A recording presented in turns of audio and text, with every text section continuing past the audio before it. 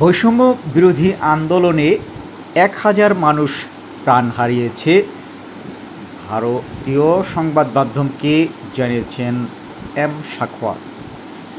অন্তর্বর্তীকালীন সরকারের সদ্য সাবেক স্বরাষ্ট্র উপদেষ্টা, বর্তমান পাট ও বস্ত্র উপদেষ্টা ব্রিগেডিয়ার জেনারেল অবসরপ্রাপ্ত এম সাখাওয়াত হোসেন জানিয়েছেন, কোটা সংস্কারের দাবিকে কেন্দ্র করে বাংলাদেশের সাম্প্রতিক আন্দোলনে ১,০০০ মানুষ নিহত হয়েছেন।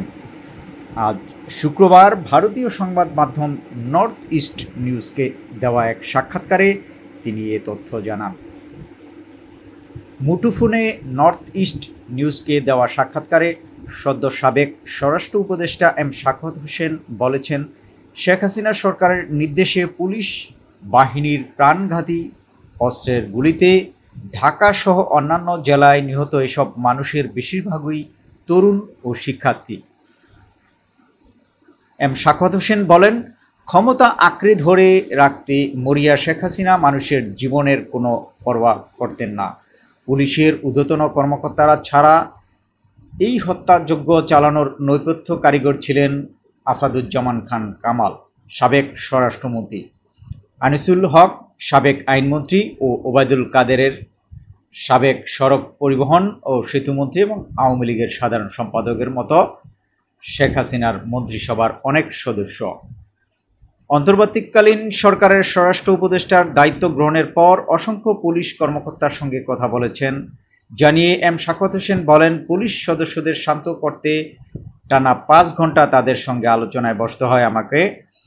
তারা কাকে হত্যা করেছে এবং শেখ হাসিনা সরকারের কে তাদের এমন নির্দেশ দিয়েছেন তা আমি জানতে চেয়েছিলাম। এটা শুনে অনেক পুলিশ সদস্য কান্নায় ভেঙে পড়েন। এসব হত্যাকাণ্ডের জন্য অনুশোচনা ও অপরাধ বোধের অংশ হিসেবে তাদের কেউ কেউ আমাকে আলিঙ্গনও করেন।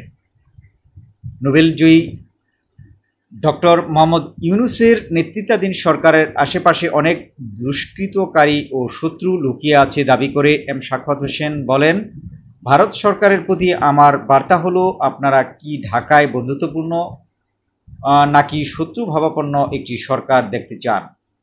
যে দেশ পরাশক্তি হয়ে উঠতে চায় তাদের বাংলাদেশের মতো প্রতিবেশী কোনো দেশের আভ্যন্তরীণ বিষয়ে হস্তক্ষেপ করা উচিত হবে না।